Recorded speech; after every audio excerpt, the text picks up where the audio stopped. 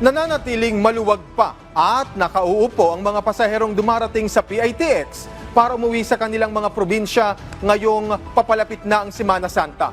Si JM Pineda ng PTV sa Balitang Pambansa Live. JM? Nilinaw nga ng Parañaque Integrated Terminal Exchange o PITX na maluwag pa o may mga upuan pa yung mga biyaheng panorte at pabicol hanggang ngayon. Sa kabila ng pabugso-bugsong pagdating ng mga tao sa PITX ngayong umaga, nanatili pa rin daw na may mga biyaheng masasakyan ang mga pasahero na uuwi sa Bicol Region. Maluwag pa umano ang mga upuan ng ilang mga bus company mula April 10 hanggang sa April 13. May ilang mga bus company lamang daw na punuan na. Para naman sa mga biyaheng panorte gaya ng mga papuntang Baguio ay marami pa ring slots ng upuan sa mga bus.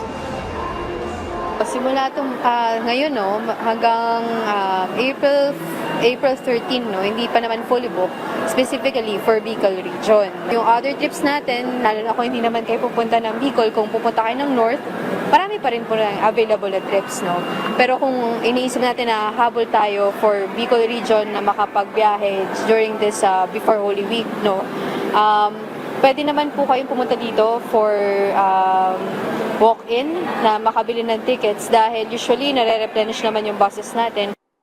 Tiniyak rin ng pamunuan na paniguradong magdaragdag ng mga bus ang mga kumpanya para matugunan ang dami ng mga pasaherong uuwi ng probinsya, lalo na sa mga pagbugso ng tao sa Miyerkules Santo na huling araw din ng pasok.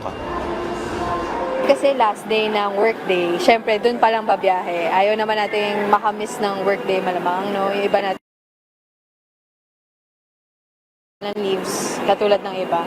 That's why last minute nakakapag-travel, Sa uling tala ng PITX, may 15 ng fully booked na bus sa Pabicol sa April 12 hanggang April 13, habang 25 naman ang punuan na biyaheng Pabicol sa April 14. Sa April 15 naman, nasa 33 Bicol trips ang fully booked na at higit 4 na po naman na biyaheng Bicol ang punuan sa April 16.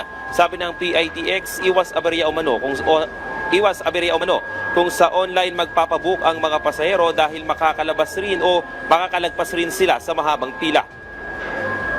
May mga bus companies po na nagsiserve online booking nila. So, you can check with our Facebook page kung ano po yung mga links na yun o di kaya naman numbers sa mga bus companies para mas madali po kayo makipag-ugnayan para sa tickets.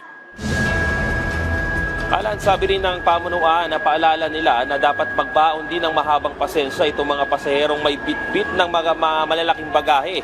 Dahil panigurado dito pa lang sa entrance ay i-check na yan at paniguradong bubuksan at titignan kung ano yung laman ng kanilang bagahe para syempre matiyak na rin yung kaligtasan ng mga pasahero dito sa loob ng terminal. Samantala, as of 11 a.m. naman, nasa 53,900 na ang foot traffic dito sa PITX. Yan muna ang latest. Balik sa iyo, Alan.